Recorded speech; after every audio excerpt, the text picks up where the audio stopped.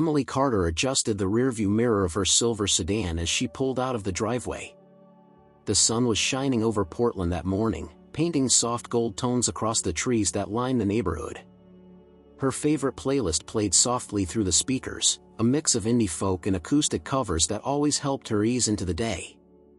At 34 years old, she felt like she was finally building the kind of life she had envisioned in her 20s, structured, calm, and moving steadily towards something meaningful. She had a client presentation at the firm that morning. The financial reports were ready, the slides were polished, and the graphs were updated. As a senior accountant at a mid-sized consulting company, she had built a reputation for being meticulous and dependable. She loved the quiet satisfaction that came from numbers adding up, from helping small businesses find clarity in their finances. It wasn't flashy work, but it suited her. Jake had been acting a little strange lately, quieter than usual, staying out late for work without much explanation, and spending more time on his phone. But Emily had long learned that not every silence needed decoding. Sometimes people went through phases. She had chalked it up to stress and chose not to dig deeper. Their marriage, though not full of fireworks, had always felt stable, anchored in a kind of quiet understanding. They had been together for 7 years. Long enough to know each other's moods, but also long enough to sometimes drift without noticing. She turned onto the freeway, merging into light traffic. Her thoughts wandered to the meeting. She had practiced the presentation twice the night before and revised the handouts that morning. As always, she was prepared. The sunlight hit her hands on the wheel just right, and she smiled, a small moment of stillness, of gratitude. Life, while not perfect, felt manageable. At a red light, she glanced at the dashboard clock. It was just past 8:30 in the morning. She would arrive at the office with plenty of time to set up and grab a second coffee. The kind of morning she appreciated. Routine. Predictable. Safe. Somewhere in the distance, she heard the faint buzz of her phone vibrating in the cup holder. She pressed the button on the steering wheel to activate the speaker. The screen lit up, Jake Mobile. She answered with a light tone. "Hey, you." There was a pause on the other end, then Jake's voice, low and strangely composed, filled the car. "Goodbye, darling. The insurance money is mine. I'm finally free of you." The words hung in the air like thick fog, cold and unreal. Emily blinked. "What?" she said, her voice barely above a whisper. But the line had already gone dead. Just like that. Her hands clenched the wheel instinctively, her heart racing in confusion and disbelief. She barely had time to process the words before the car jerked slightly. She had drifted too close to the edge of the lane. A sharp curve approached, and her tires screeched against the asphalt as she tried to steer back into control. But the surface beneath had a patch of gravel, and the car skidded. Time slowed. The guardrail came into view.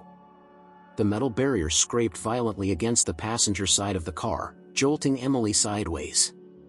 She screamed as the car veered, half lurching over the edge, then thudded heavily down a small embankment beside the bridge. Not a full drop, more of a slanting hill into a ditch filled with overgrown grass and bushes. Silence followed. Then the distant rush of cars passing on the road above. Emily sat frozen for a moment, her fingers white against the steering wheel. The car had stopped moving. She was breathing, rapid, shallow, but she was breathing. Her seatbelt had locked tight across her chest. Her coffee had spilled, and a faint ache pulsed in her ankle where it had twisted awkwardly during the jolt. She blinked, trying to make sense of everything. The call. The words. The fall. The driver's door creaked as she pushed it open, wincing as her foot hit the ground. The pain in her ankle shot up her leg, but she could stand. She leaned against the car, looking up toward the road, disoriented but alert. A large semi-truck was slowing down on the shoulder above. The driver's door opened, and a man stepped out, waving as he hurried toward the slope where her car had landed. "You okay, ma'am?" he called out, already descending carefully. Emily nodded, though her voice was gone. Her mind, still spinning, had latched onto just one thing. What had Jake meant? The hospital room smelled faintly of antiseptic and warm linen. Emily sat upright in the bed, her foot elevated on a folded towel, wrapped in a light brace. A nurse had come in earlier to take her vitals and offer her a sandwich, which now sat untouched on the tray beside her. She wasn't hungry. Her head pulsed with too many questions, looping back to that one moment, that one phrase that had unraveled everything she thought she knew. Jake had called. He had said those words. There was no mistaking the voice, she knew it as well as her own. What she did not know was why. Or how. Or what he could possibly mean.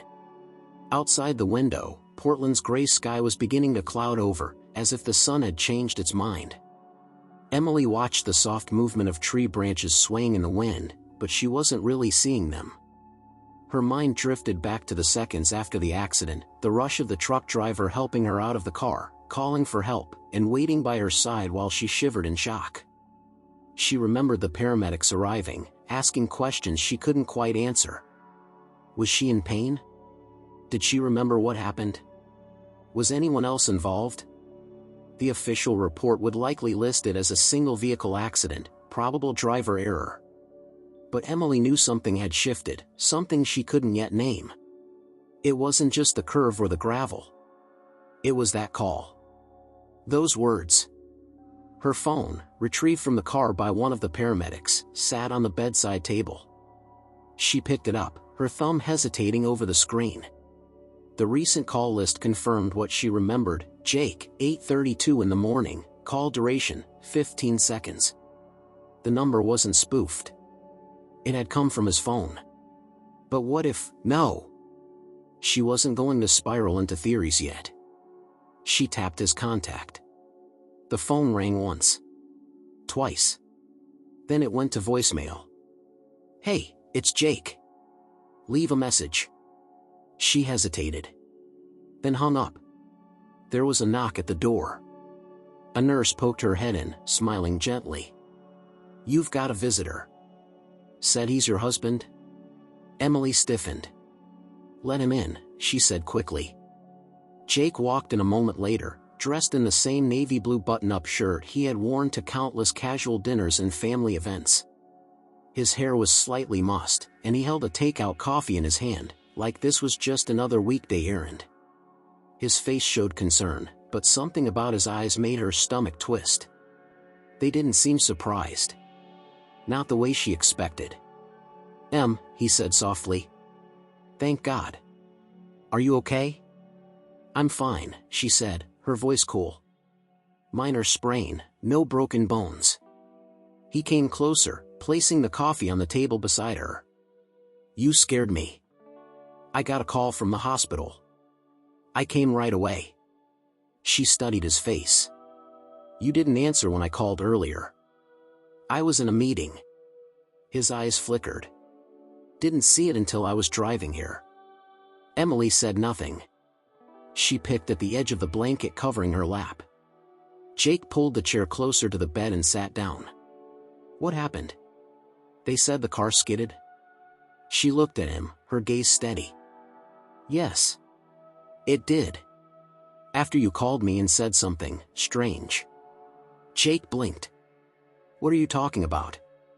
You called me. At 8:32. On speaker. I heard your voice. You said, her throat tightened. You said goodbye. That the insurance money was yours. That you were free of me. There was a long pause. Jake stared at her as if she'd spoken another language. Emily, he said, slowly. I didn't call you. I was in a team meeting at the office. I swear. I have the call log, Jake. 15 seconds. It was your number. He leaned back slightly, shaking his head. That doesn't make any sense. Maybe it was a pocket dial? Maybe you misheard? She frowned. I didn't mishear. And it wasn't accidental. You spoke clearly. Intentionally. Jake rubbed his face, his hands trembling slightly. I don't know what to say. This is insane. The room went quiet again. Emily folded her arms, suddenly cold. "I'm not accusing you of anything," she said carefully. "But it happened. And I need to understand why." Jake stood, pacing now. "I mean, okay, what if someone spoofed my number? Isn't that a thing? People can fake caller IDs, right?" "Maybe," Emily replied, though doubt was thick in her tone. "But why would anyone do that? Who would say something so specific, so cruel, using your voice?" He stopped pacing. "Wait, my voice?" She nodded. "Yes. Your voice." Jake stared at her, then slowly sat down again. "Emily, I would never say something like that. You know me. You really think I'd do something so awful?" Emily looked away, her thoughts spinning. She didn't know what to believe. Everything felt slightly off, like a painting hung just a little crooked. A knock at the door interrupted the tension. A hospital administrator stepped in with a clipboard, asking Emily to sign a few forms regarding her discharge. She would be free to go that evening, pending a quick evaluation from the physical therapist. Jake used the opportunity to excuse himself, promising to bring her a change of clothes and something for dinner. Emily nodded absently, her mind already elsewhere. Later, alone again, she opened her phone and tapped into her voice memos. She didn't have a recording of the call, but she tried to mimic what she remembered, repeating Jake's words aloud and recording herself. Listening back, the tone was etched into her memory, flat, resolved, cold. The idea of a prank, of a voice clone, seemed far-fetched. But not impossible. Technology had come a long way. Still, it didn't explain why her car had lost control just seconds later. Coincidence? Bad luck? Her tires had been checked only a few weeks ago. She reminded herself not to jump to conclusions. But one thing was certain, something had shifted. Whether it was an error, a twisted joke, or something darker, the world she knew was no longer solid beneath her feet. That night, discharged and back home with Jake quietly making her tea in the kitchen, Emily felt the silence between them expand like fog. He asked her again how she felt. She said fine. He told her to rest. She nodded. Neither of them mentioned the call again that evening. But she didn't sleep. Not really. Her mind wouldn't let her. And for the first time since they had met, she felt like she was sharing a roof with someone she didn't fully recognize. The following morning, Emily stood in front of her bathroom mirror, still wearing the oversized hoodie Jake had lent her the night before. Her reflection looked pale, her eyes shadowed with the exhaustion of a night spent tossing between sheets that no longer felt comforting. The light in the house was dim, clouds thickening outside, and there was a stillness in the air that made every sound feel louder, the faucet dripping, the hum of the refrigerator, the distant chirp of a bird braving the gray. She touched the light bruise on her cheekbone, barely visible but still tender. The ache in her ankle throbbed dully under the compression wrap. But more than the physical discomfort was the unease blooming under her skin, like something out of place that she couldn't quite locate or define. Jake had already left for work. He had been unusually attentive that morning, fixing her toast, asking 3 times if she needed him to stay home. She'd said no, unsure if she meant it. She needed space, yes. But space didn't seem to exist in the same way anymore. It was as though everything in her life had shifted half an inch to the left, familiar but wrong. The words kept replaying in her mind, but with a strange sense of detachment now. As though they were from a movie she had watched, not lived. She kept questioning whether it had happened the way she remembered. Maybe it was the shock. Maybe the stress had warped the moment. But when she listened again to the voice memo she'd recorded, not of Jake, but of herself repeating his words, her heart clenched with the same cold certainty. She needed clarity. And she wasn't going to find it staring into her own tired eyes. That afternoon, she called her mechanic, Grant, someone she had trusted for years with her car maintenance. "I just need you to take a look," she said over the phone. Nothing big, just peace of mind. He agreed to fit her in the next morning. After hanging up, she sat at the kitchen table, sipping the tea Jake had made hours earlier and now barely warm. Her laptop was open but untouched. She'd emailed her team to let them know she was taking the week off to recover. They had responded kindly, offering support, urging her to rest. Rest? How did someone rest when their reality no longer felt trustworthy? Later that day, her sister Rachel dropped by, unannounced as usual. Rachel had always had a knack for arriving at the exact moment Emily needed someone, not dramatic, not demanding, just present. She came bearing takeout and a warm hug. "You look like hell," Rachel said, pulling out containers of curry and rice from a paper bag. "Which is expected, I guess. So, you gonna tell me what actually happened?" Emily hesitated. "The accident? It's exactly what it sounds like." The car skidded. "I ended up in a ditch." Rachel gave her a look that suggested she wasn't buying the simplicity of the answer. Emily exhaled slowly. "There's more. But I don't know how to explain it without sounding like I've lost my mind. I'm your sister. Try me." So she told her. Every detail. The call. The voice. The words. Jake's denial. The strange normalcy that followed.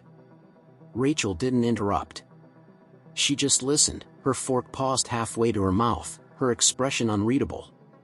When Emily finished, silence hung between them. Then Rachel said, "That's messed up." "Yeah.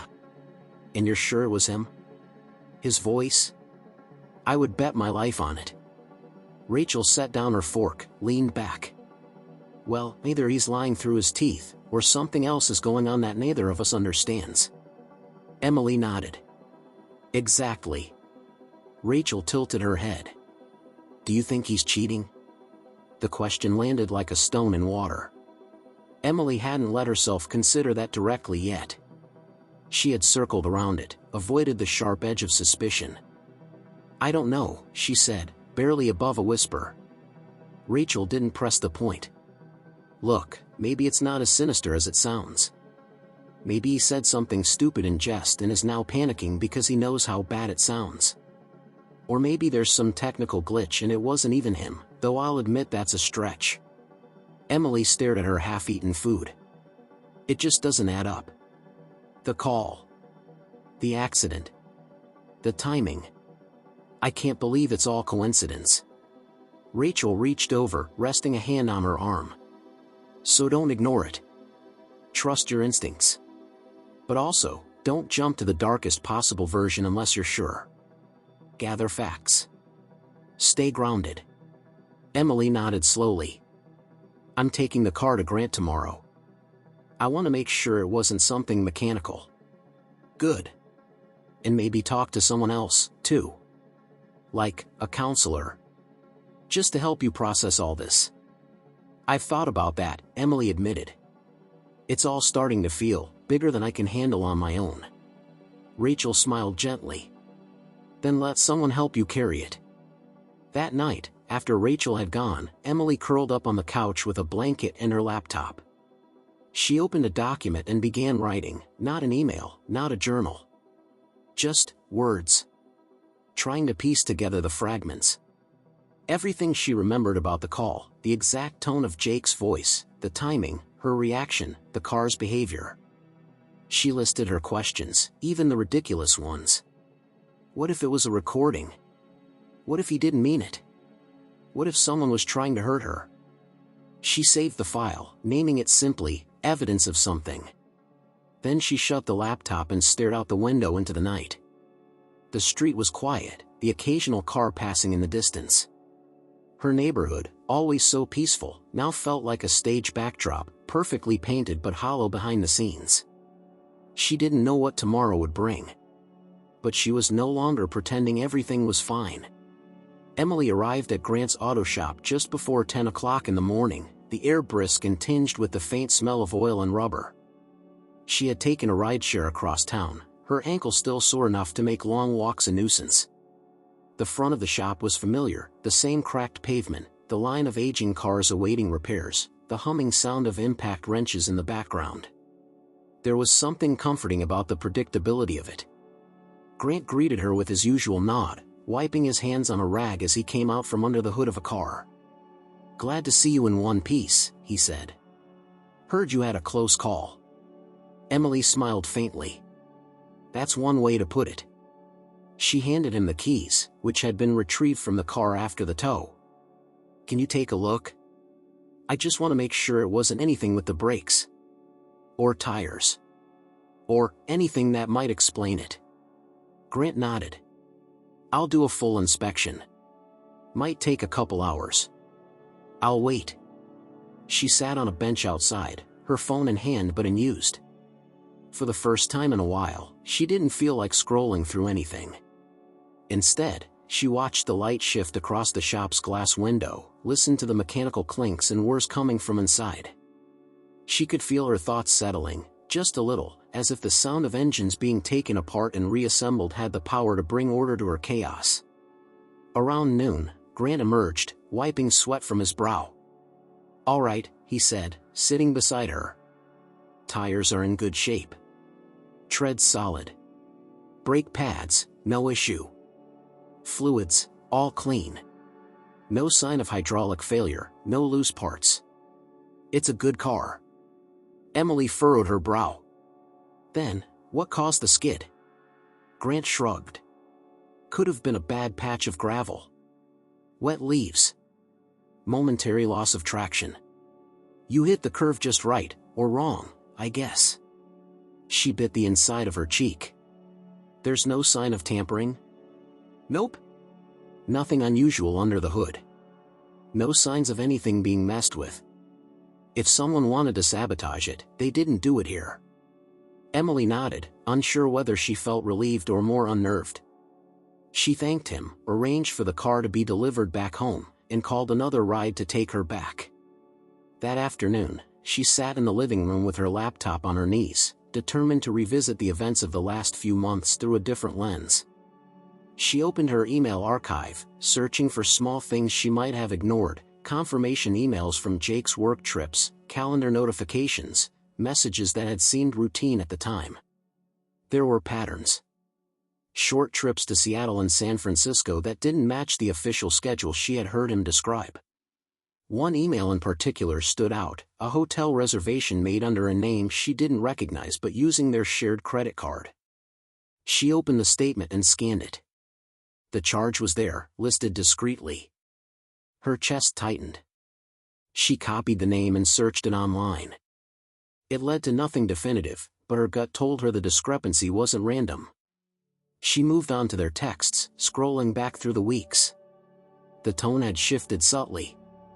Less affection, more formality. Shorter replies. Delays in answering. At first, she had assumed it was just stress or distraction. But now, rereading them, it felt like something else. Like distance being deliberately inserted between them.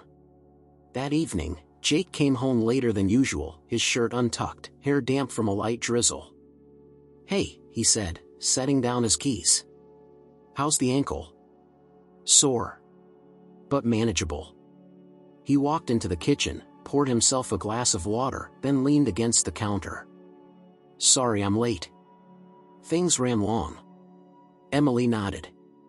"Big project?" He looked at her, hesitating. "Yeah.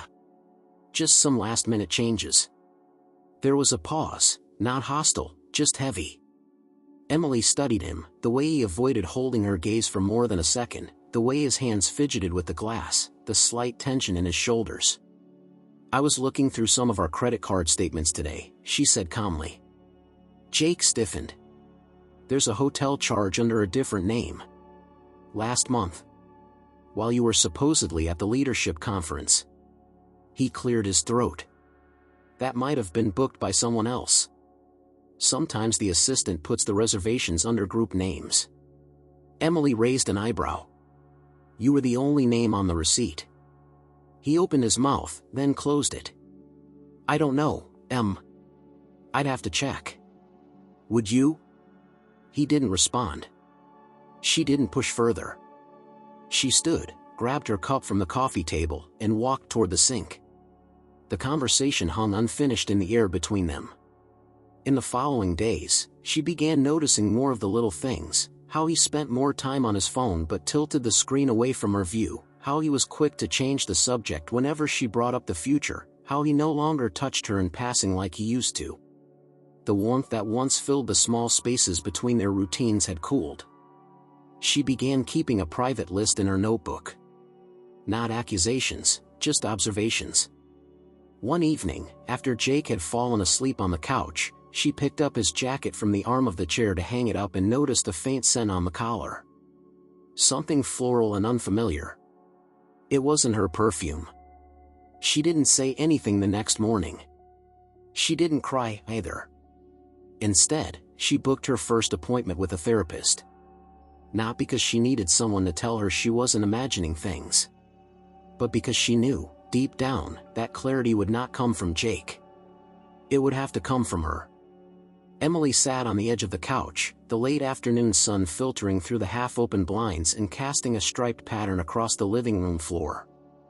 The air smelled faintly of coffee, which she'd brewed earlier but barely touched. Her heart pounded softly in her chest as she rehearsed what she was about to say. This wasn't just a conversation. It felt like a reckoning. Jake stood by the window, arms crossed, watching the rain begin to fall in light, steady droplets. His profile looked distant, almost fragile, a contrast to the man she had once thought was unshakable. "Jake," she began, her voice steady but careful. "We need to talk about the call. The one you said you didn't make." He turned slowly to face her, eyes searching, wary. "I know you're saying it wasn't you," she continued, "but I have the call log. It's there. It lasted 15 seconds. It came from your phone. I can't ignore that." Jake sighed deeply, rubbing the back of his neck. "Emily, I don't know what to tell you. I was in meetings all morning. My phone was with me, but I didn't make that call. I swear." She looked at him, really looked, hoping for some sign of truth. Instead, she saw only confusion, defensiveness, and something she couldn't quite name, maybe guilt? Maybe fear? Why would I say something like that? About insurance money, being free of you? His voice cracked slightly. She swallowed hard. "I don't know. That's why I need to understand." There was a pause, the kind that stretches so long it feels as if the walls are closing in. Jake finally sat down on the armchair opposite her, his hands clenched in his lap. "Maybe I was frustrated. I've been feeling trapped. Not because of you, but because of everything else. Work, expectations, life." Emily nodded slowly. "I get that. I feel it too." He looked up, eyes meeting hers. "But I would never wish you harm, Emily. I'm sorry if what I said scared you. I'm not sure what to believe anymore." Her voice softened, exhaustion seeping through. "That call was the first real crack I noticed. Then the accident. Then everything else. It feels like there's this wall between us that keeps growing." Jake stood, moving toward the window again. "Maybe that wall's been there for a while, and we just ignored it." She got up and joined him, standing close enough to feel the warmth of his presence but far enough to keep the distance she needed. "Have you been unhappy?" she asked quietly. He closed his eyes, nodded. "For a long time. But I didn't know how to say it. I didn't want to hurt you." Emily exhaled slowly. "Neither did I." There was a fragile honesty in the room, a vulnerability that made the air feel lighter, but also heavier with the weight of what it meant. "We've been living in parallel, Jake," she said, her voice barely above a whisper. "Passing like ships in the night, not really connecting." He looked at her, his expression pained. "I want to fix that." "Me too," she replied. "But we need to be honest. With each other, and with ourselves." Jake nodded. "I'm willing to try." She took a deep breath. "Maybe we should start by talking more. About what we're really feeling. No filters, no defenses." He smiled faintly, the first genuine one in days. "That sounds good." For the first time in a long while, Emily felt hope stirring amid the uncertainty. The conversation hadn't solved everything, but it had cracked the door open just enough to let light in. They spent the next hour sitting side by side, sharing the small truths they had kept buried, fears, disappointments, dreams deferred. It was awkward at times, uncomfortable, but real. Later that night, Emily lay in bed staring at the ceiling, replaying the conversation. She knew the road ahead wouldn't be easy, but she felt a tentative resolve growing inside her. Whatever happened next, she wanted it to be rooted in truth. For the first time since the call, she allowed herself to believe that healing might be possible. Days passed with a strange blend of tentative hope and simmering doubt. Emily found herself caught between the desire to believe in Jake's words and the nagging feeling that there was more beneath the surface, more she wasn't yet ready to confront. Her mornings began to blur into a routine of quiet reflection, therapy sessions, and work from home while nursing her recovering ankle. She often found her mind wandering, replaying snippets of conversations, small gestures, moments she had previously dismissed as insignificant. The fragments pieced together a picture that was unsettling in its subtlety. One afternoon, while sorting through papers on her desk, Emily's eyes caught the edge of a folder she hadn't noticed before, tucked behind a stack of tax documents. Curious, she pulled it out and flipped it open. Inside were insurance documents, neatly organized but unfamiliar to her. As she read through the papers, her breath caught in her throat. It was a life insurance policy, one she hadn't seen before, listing Jake as the sole beneficiary. The policy's start date coincided almost exactly with the time frame when Jake's behavior had begun to change, when he started working late nights and returning home more withdrawn. Emily sat back, her mind racing. Why hadn't he told her about this? Had he even told himself? She closed the folder slowly and set it aside, feeling a cold weight settle in her chest. This was no longer just about mistrust or miscommunication. There was something more calculated here, a secret she hadn't been invited to understand. That evening, after Jake returned from work, Emily decided it was time to confront the discovery directly. The air was thick with unspoken tension as she placed the folder on the kitchen table, watching him carefully as he peeled off his coat. "Jake," she said quietly, "we need to talk about this." He looked at the folder, then back at her, his face unreadable. "What is it?" She took a deep breath. "This. A life insurance policy. I found it today." Jake's eyes flickered, his jaw tightening. "I didn't think it was something you needed to worry about. Why didn't you tell me about it? Why keep it hidden?" He hesitated, running a hand through his hair. "I didn't want to upset you. It was meant as a precaution, nothing more." Emily's voice grew firmer. "A precaution for what, Jake? Why now? Why the secrecy?" He looked away, then back. "It's complicated. Work has been stressful. I thought, maybe if something happened, you'd be taken care of." She shook her head, struggling to keep her emotions in check. "It feels like more than that. It feels like a wedge between us." Jake's shoulders slumped. "I'm sorry, Emily. I wanted to tell you, but I didn't know how." For a moment, silence enveloped the room, heavy, raw, yet strangely honest. Emily finally spoke, her voice softer. "We can't keep secrets like this. If we're going to rebuild anything, we have to be transparent. No more hiding." Jake nodded slowly. "You're right. I promise."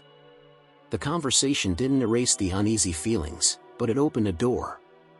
A chance to step into the light, however fragile. In the following days, Emily found herself sifting through old emails and documents, piecing together the timeline of events with growing clarity. She discovered small discrepancies, trips Jake hadn't mentioned, unexplained expenses, vague excuses that no longer seemed innocent. Each revelation was like a small fracture in the facade of their life, but Emily faced them head-on, determined to understand the full picture. She reached out to a close friend in the insurance business, discreetly asking questions about the policy's implications and whether there were any unusual clauses. The answers were sobering but not catastrophic. The policy was standard, but the timing and the secrecy made Emily's heart ache. One evening, sitting alone with her thoughts, she realized that the accident and the call were not isolated incidents but signs pointing toward a deeper disconnect, a relationship unraveling quietly under layers of silence and misunderstanding. She knew that moving forward meant confronting not only Jake but herself, her hopes, fears, and the limits of what she could accept. With newfound resolve, Emily prepared to face the difficult conversations ahead, ready to demand the honesty they both needed to heal or part ways with respect. The road was uncertain, but for the first time in weeks, Emily felt a flicker of control return. She was no longer a passenger in this story but reclaiming the driver's seat, cautious, wary, but determined to steer toward truth. Emily found herself walking the quiet streets of Portland more often these days. Sometimes it was the cool evening air that called her out, other times it was the restless swirl of thoughts she needed to clear. Tonight, the sky was painted with the deep purples and blues of dusk, and the soft hum of distant traffic mingled with the rustle of leaves. Her phone buzzed gently in her pocket. She pulled it out and saw a message from her sister, Rachel. "How are you holding up? Want to grab dinner tomorrow?" Emily smiled faintly, grateful for the steady presence her sister offered. She typed back quickly, "Yes. I need that." Dinner with Rachel had always been a refuge, a space where she could speak freely without judgment, where the tangled threads of her life could be unraveled with honesty and warmth. The following evening, Emily arrived at their favorite small bistro, a cozy place tucked between bookshops and cafes. Rachel was already seated at a corner table, a cup of chamomile tea in hand, her eyes lighting up when she saw Emily. "Hey, you," Rachel said, pulling out the chair for her sister. Emily settled in, the comfort of the place already easing some of the tension she'd carried all day. After ordering, Emily hesitated, then decided to share more than she usually did. "I talked to Jake," she began. "About everything. The call, the insurance, the distance between us. He admitted he's been unhappy, but it's complicated. He doesn't know how to fix it." Rachel listened carefully, nodding. "It sounds like you're trying to find the truth in a mess of confusion," Rachel said softly. "Are you sure you want to keep trying?" Emily shrugged, her gaze distant. "I don't know what else to do. I want to believe we can find a way back. But sometimes I wonder if I'm just holding on to a story that's already ended." Rachel reached across the table and squeezed her hand. "You deserve honesty. You deserve to be with someone who wants you fully, not halfway." Emily smiled, appreciating the gentle firmness in her sister's voice. "I'm trying to be honest, with him and with myself." Rachel leaned back, thoughtful. "Have you thought about counseling? Couples therapy? Maybe having a professional guide you through this would help." Emily nodded. "I started seeing a therapist for myself. It's helping me untangle my feelings, but I'm not sure Jake would go to couples therapy." "Maybe he just needs a nudge," Rachel suggested. "Sometimes men find it hard to admit they need help. It's not weakness, it's strength." Emily sighed, sipping her water. "I want to talk to him again, really talk, without distractions. But I'm scared it'll end in more silence or arguments." Rachel smiled knowingly. "Fear is part of change. You have to be brave enough to face it." They spent the evening talking about everything and nothing, childhood memories, future dreams, the small victories in daily life. Emily felt lighter, the weight on her chest slightly eased by the warmth of connection. The next day, inspired by Rachel's encouragement, Emily invited Jake to sit down for a long talk after dinner. This time, she came prepared, not with accusations, but with questions, seeking clarity rather than confrontation. "Jake," she said gently, "I want to understand how you've been feeling. Not just about us, but about yourself. What's been going on inside?" Jake looked tired but open. "It's been hard. I've been trying to keep everything together, work, life, us, but I feel like I'm failing." "Do you want to keep trying?" she asked. He nodded slowly. "Yes. But I don't know how." They talked late into the night, peeling back layers of frustration, fear, and hope. It wasn't perfect. There were moments of tension and misunderstanding. But there was also a fragile honesty neither had allowed themselves before. By the time they went to bed, Emily felt a cautious optimism. The road ahead would be challenging, but at least now they were walking it together. In the days that followed, she continued her therapy sessions, finding strength and self-awareness in the support of her sister. She noticed small changes in Jake as well, more openness, small gestures of care, tentative conversations about the future. It wasn't a sudden transformation, but a slow, steady unfolding of possibility. Emily realized that the hardest part wasn't the accidents or the calls, but the willingness to face discomfort, to question what had been taken for granted, and to choose vulnerability over silence. With each step, she reclaimed pieces of herself she had forgotten, the courage to ask difficult questions, the grace to seek help, and the hope that love could be rewritten in new, unexpected ways. She didn't have all the answers, but for the first time in a long time, she felt ready to keep searching. The rain had finally stopped, leaving the streets of Portland slick and reflective under the dim glow of the streetlights. Emily sat at her kitchen table, a cup of tea steaming softly beside her laptop. The evening stretched ahead, quiet and unhurried, a rare moment of calm in the swirl of her thoughts.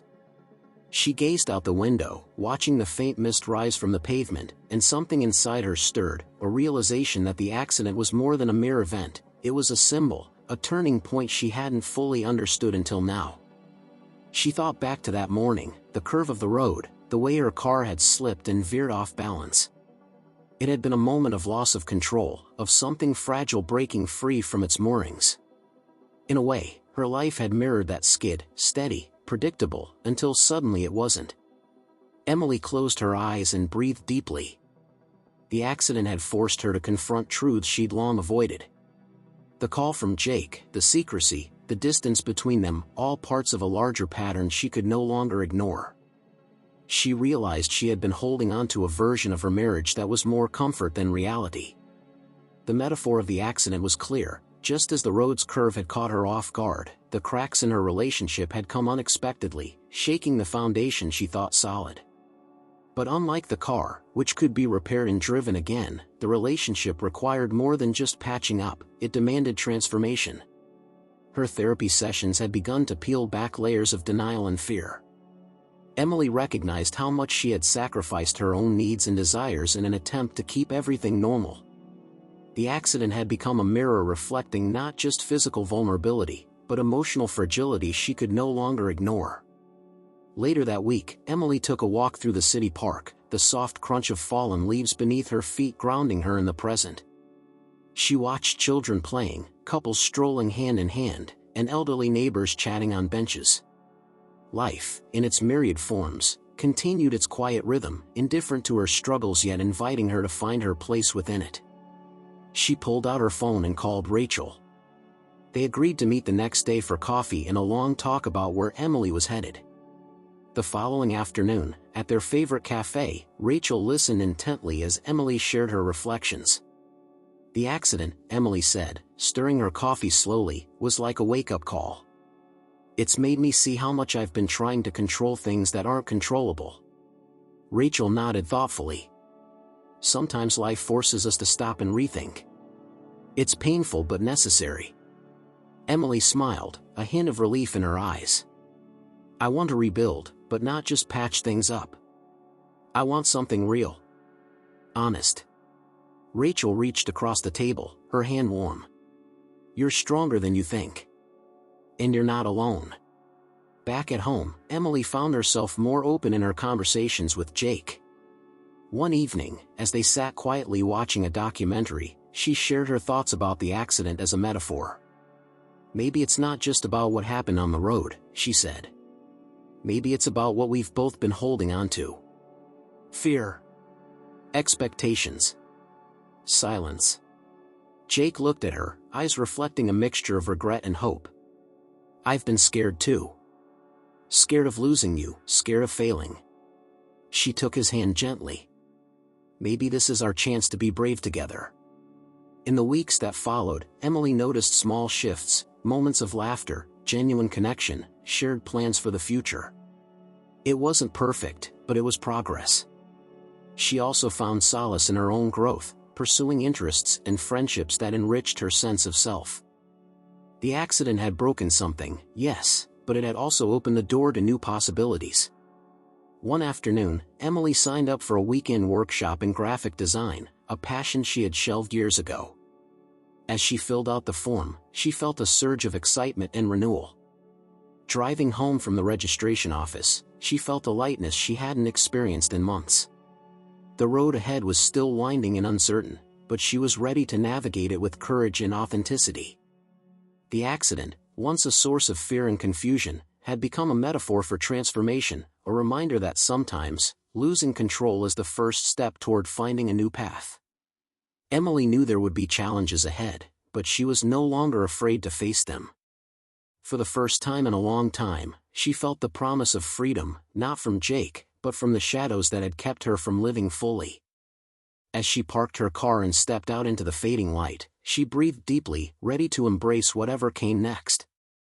Emily sat in the softly lit room of her therapist's office, the faint scent of lavender filling the air. The walls were painted a soothing shade of blue, and the large window let in the gentle afternoon light filtering through the leaves of a nearby tree. She folded her hands in her lap, feeling the texture of the fabric on her palms, grounding herself as she prepared to speak. The therapist, a woman in her early 40s named Claire, smiled warmly. "How have you been feeling since our last session?" Emily exhaled slowly. "Different. More aware, I guess. I've started to see things I hadn't noticed before. Not just about Jake or the relationship, but about myself." Claire nodded encouragingly.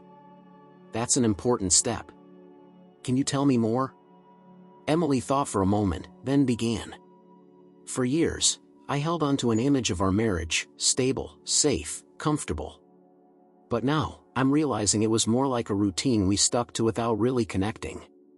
Jake wasn't bad, he was distant, yes, but not malicious. And I think I played a part in that distance by not voicing my own needs or acknowledging the cracks." Claire leaned forward slightly. "So, you're recognizing your role in the dynamic?" "Yes," Emily said, eyes downcast. "I thought I was just being patient and supportive, but maybe I was also avoiding conflict, pretending everything was fine. When I think back to the call he made, or didn't make, and the accident, I realize those were moments when all the things we avoided came rushing to the surface." "That sounds like a painful realization." "It is. But also freeing," Emily admitted. "Because if I can understand the patterns, maybe I can change them. Maybe we can change them." Claire smiled gently. "That's the hope. Change begins with awareness and willingness." "Have you shared these insights with Jake?" "We've started talking more honestly. It's awkward, but it's happening. He's scared too, afraid of failing me, afraid of losing me.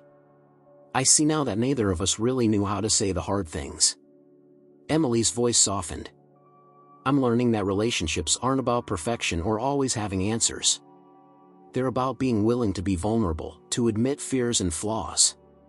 Claire nodded. "Exactly. Vulnerability is a strength, not a weakness." Emily smiled, a genuine warmth spreading through her.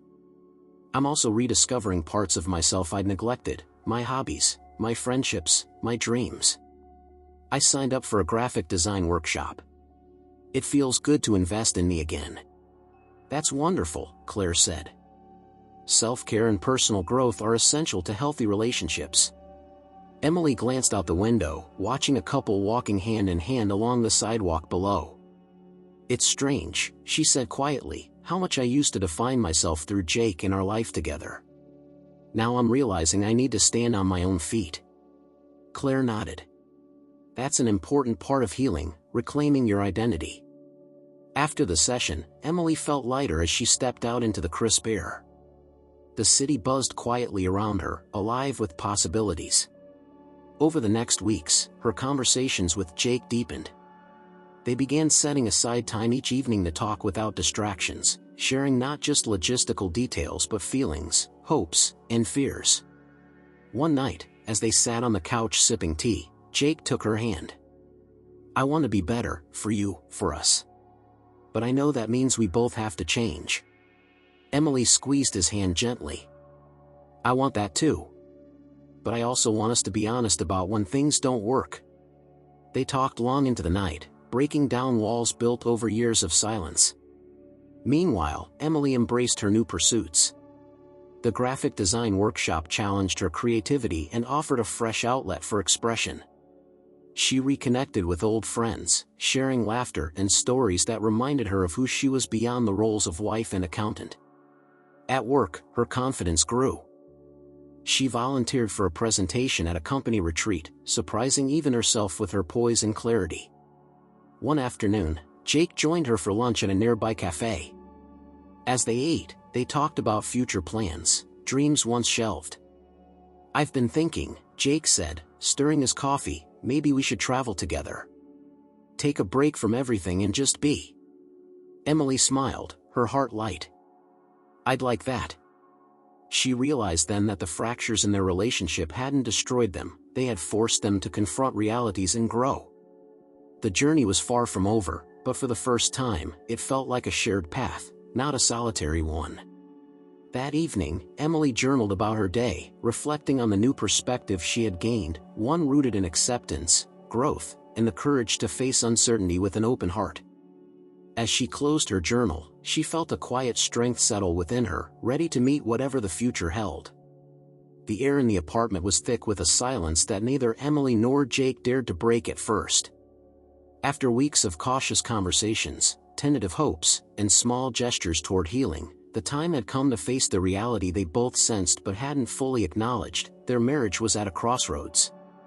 Emily sat on the edge of the bed, her hands clasped tightly in her lap.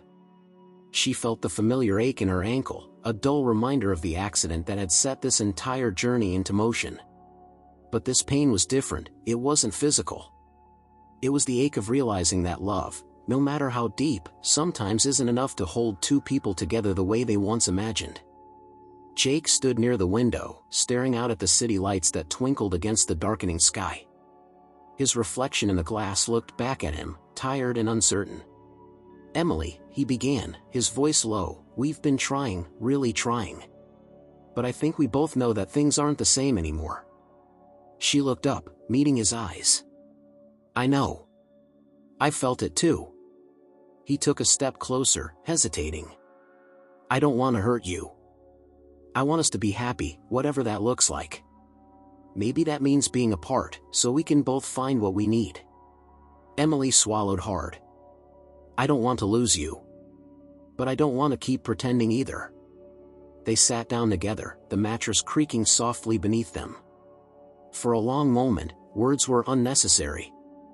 Finally, Emily spoke. Maybe the best thing is to start fresh, separately. To find ourselves again before we try to find each other. Jake nodded slowly, a mixture of relief and sadness in his expression. A separation. Amicable. No blame. Just space to grow. She reached out, taking his hand in hers. It hurts. But it feels honest. They spent the next few days discussing logistics with surprising calm: the apartment lease, finances, shared responsibilities. They agreed to sell their home, dividing the proceeds fairly, and to support each other through the transition. The decision wasn't easy, but it was mutual. There was no anger, no bitterness, just a quiet acceptance that their paths had diverged. Emily found herself oscillating between grief and hope. She missed the familiar rhythms of their life together but also felt a burgeoning sense of freedom. One afternoon, as they packed boxes together, Jake handed her a photo album.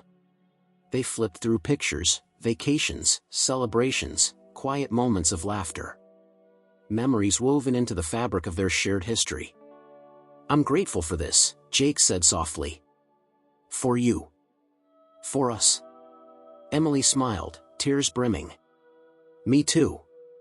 In the weeks that followed, Emily moved into a small apartment closer to her work, a space filled with light and possibilities. She decorated it with plants and art supplies, a sanctuary where she could breathe and create. She resumed her graphic design classes with renewed energy, finding joy in learning and expressing herself. Old friends returned, and new ones appeared, drawn by her openness and warmth. Jake, meanwhile, pursued opportunities in another city, focusing on his career and personal growth. They kept in touch sporadically, messages marked by kindness and respect. One evening, Emily attended a local event on personal development, where she was invited to share her story. Standing before a group of strangers, she spoke of resilience, self-discovery, and the courage to embrace change. When someone asked if she harbored bitterness toward Jake, Emily smiled gently. "No. I'm grateful. Our journey taught me who I really am." As she walked home beneath the stars, Emily felt a quiet strength settle within her. The decision to change had been the hardest step, but also the most liberating. She was no longer defined by the past or by expectations. She was free to write her own story, one of authenticity, growth, and hope. The road ahead was hers to choose, and for the first time in a long time, Emily looked forward to every step. Emily woke up in her new apartment to the soft light of dawn filtering through the blinds. The space was small but cozy, a fresh canvas where she was free to shape her days without the weight of old routines. She stretched and smiled, a sensation of calm settling in her chest, a stark contrast to the tension that had filled her former home. After a quick breakfast, she pulled out her laptop and logged into the graphic design course she had eagerly enrolled in weeks ago. The screen displayed a vibrant mix of colors and shapes, the language of creativity welcoming her. She clicked on the first lesson and immersed herself in the fundamentals, learning to blend hues, create balance, and tell stories through images. As the days passed, Emily felt a rekindling of joy she hadn't realized she'd lost. The work wasn't easy. Her fingers fumbled with new software, and her mind struggled to translate ideas into visuals. But each small success brought a surge of pride. One afternoon, while sketching ideas in her notebook at a local cafe, an old friend, Sarah, spotted her from across the room. They hadn't seen each other in years but fell into easy conversation, reminiscing and catching up on life's twists and turns. Sarah's warmth and enthusiasm reminded Emily of the friendships she had neglected. Encouraged, Emily reached out to more friends she drifted away from. Weekend brunches, spontaneous hikes, and quiet evenings with laughter gradually filled her calendar. She found comfort in the simple presence of others and rediscovered the strength of community. At work, Emily's renewed confidence was evident. She volunteered to lead a small team on a new client project, applying her analytical skills with fresh creativity. Her colleagues noticed her energy and determination, and her manager praised her initiative. One evening, after a successful presentation, Emily treated herself to a walk through the city's art district. Galleries and studios lined the streets, their windows aglow with vibrant pieces reflecting a myriad of stories. She paused before one exhibit, a collection of abstract paintings that spoke of transformation and renewal. Inspired, Emily decided to take a weekend painting workshop, eager to explore another facet of artistic expression. The instructor encouraged experimentation, and Emily found herself releasing old fears through bold strokes and vivid colors. Back home, she hung one of her finished canvases on the living room wall, a burst of blues and golds that felt like a visual declaration of reclaiming her identity. During this time, Emily also began journaling regularly, capturing thoughts and emotions that had previously felt tangled and overwhelming. Writing became a form of therapy, a way to untangle the threads of her experience and weave them into understanding. One entry read, "I am not defined by my past mistakes or the fractures in my marriage. I am growing, learning, becoming whole in my own right." As weeks turned to months, Emily noticed subtle shifts within herself. She was more patient, more compassionate, especially toward her own imperfections. She embraced solitude without loneliness and welcomed new challenges with curiosity rather than fear.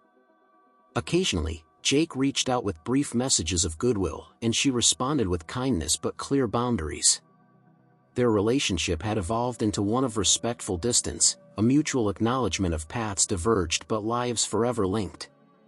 Emily's newfound passion for design and art opened doors she hadn't imagined. She began freelancing, creating logos and visual content for small businesses. The work brought satisfaction and a sense of purpose beyond numbers and spreadsheets. Her social circle expanded, enriched by people who valued authenticity and growth. Together, they shared creative projects, community events, and quiet moments of support.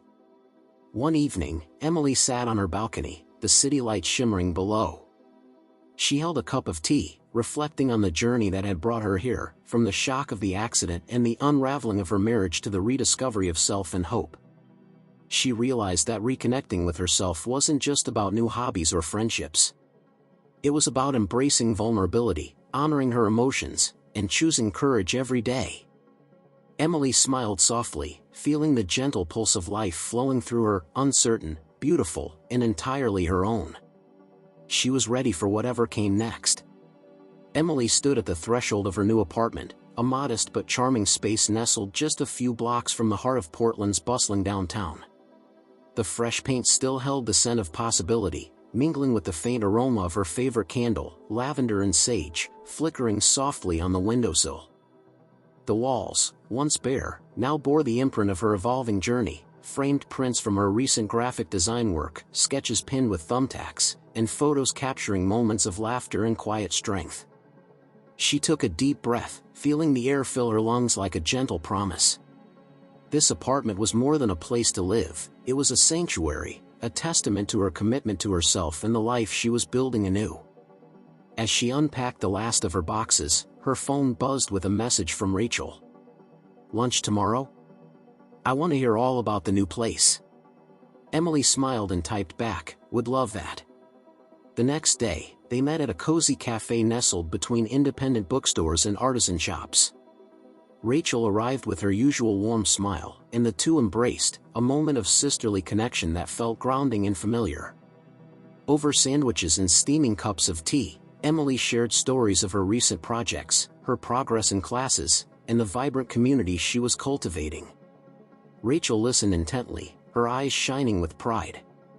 "You've come so far," Rachel said softly. "I'm really proud of you." Emily nodded, her heart swelling. "It hasn't been easy, but it's been worth it. I'm finally living for me." Their conversation drifted to future plans, dreams once shelved now reignited. "I'm thinking about applying to a creative agency," Emily confided. "Maybe even starting my own design studio someday." Rachel beamed. "That sounds amazing. You deserve to chase what makes you happy." Back at her apartment, Emily set about organizing her workspace, a corner bathed in natural light where her computer hummed quietly amid sketches and color swatches. She opened her email to find an invitation to present at a local business networking event. The opportunity was thrilling and a little daunting, but Emily felt ready.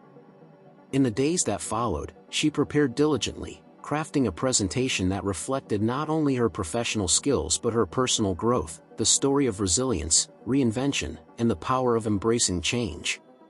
The night of the event arrived, and Emily stepped onto the stage with a calm confidence that surprised even her.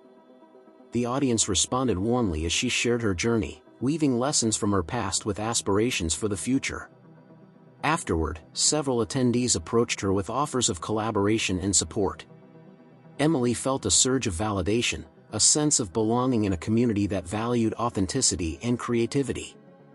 Returning home, she reflected on how far she had come, from the uncertainty and pain of her marriage's end to the vibrant possibilities unfolding before her. One evening, as she arranged a bouquet of fresh flowers on her kitchen table, her phone rang. It was Jake. They spoke briefly, exchanging updates about their lives with a gentle cordiality that felt respectful and kind. When she hung up, Emily smiled to herself. The chapter with Jake was closing with grace, and her new story was just beginning. Days turned into weeks, and Emily embraced each moment, the challenges, the triumphs, the quiet reflections. She continued to build her career, deepen friendships, and nurture the relationship she had rekindled with herself. As she stood on her balcony one evening, watching the sun dip below the horizon and paint the sky with hues of amber and rose, Emily felt a profound sense of peace. Her past no longer weighed her down. Instead, it had shaped her into someone stronger, wiser, and more compassionate. The future was unwritten, but she faced it with an open heart and a spirit eager for all the adventures to come. Emily whispered softly to the fading light, "I am ready." The sun filtered softly through the tall windows of the community center, casting long shadows across the polished wooden floor. Emily stood before the small but attentive audience, her voice steady and clear as she shared the story that had become her life's testimony, a journey of rediscovery, healing, and empowerment. She spoke not just of the accident or the fractured marriage that had once defined her, but of the transformation that had blossomed from those cracks. Her words resonated with those who had faced their own struggles, a gentle reminder that pain could be a catalyst for growth rather than destruction. After the session, as attendees approached her with warm smiles and thanks, Emily felt a deep sense of fulfillment. This was more than a presentation, it was a celebration of resilience, a shared human experience. Later, as she packed her notes and prepared to leave, a young woman approached hesitantly. "Thank you," she said softly. "Your story gave me hope." Emily smiled, squeezing the woman's hand gently. "We all have strength we don't realize until we need it." Outside, the evening air was crisp and fragrant with the scent of blooming jasmine. Emily walked slowly toward her car, reflecting on the years that had passed, the challenges faced, the lessons learned, the freedom found. Her phone buzzed. A message from Jake. "Thank you for sharing your story. I'm proud of you." She replied simply, "Thank you. Wishing you all the best." Driving home, Emily felt the hum of the engine beneath her, the steady rhythm matching the calm beating of her heart. The city lights blurred past, but she was present, grounded in the moment, in the life she had reclaimed. She thought about how far she had come, from confusion and fear to clarity and peace. The accident, the doubts, the conversations, and the choices had all been threads weaving the tapestry of her renewed self. At home, she placed a fresh journal on her desk, its pages empty and waiting. She opened it and began to write. "I am free, not because I escaped the past, but because I embraced it. Not because I found perfection, but because I chose grace. I am whole." Closing the journal, Emily stood by the window, looking out at the starlit sky. She whispered into the quiet night, "Thank you." The journey was hers, marked by courage, compassion, and hope. And in that freedom without resentment, she discovered the true meaning of love, for others, for life, and most importantly, for herself.